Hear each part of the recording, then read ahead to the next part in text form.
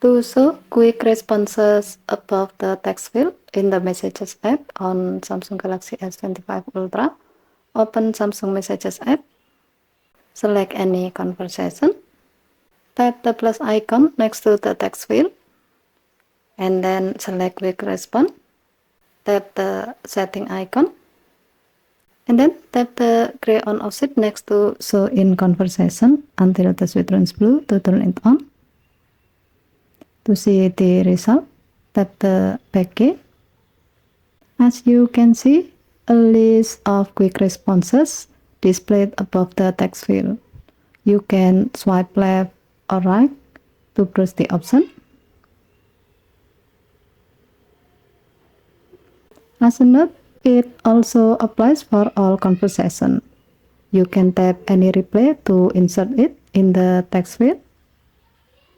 And then you can tap send button to send the message. Given to the function, showing a list of preset messages from quick responses in conversation makes replaying even faster, especially when you are busy or just need to say something quickly without typing. Okay, thank you for watching. Please help to like and subscribe. Have a nice day.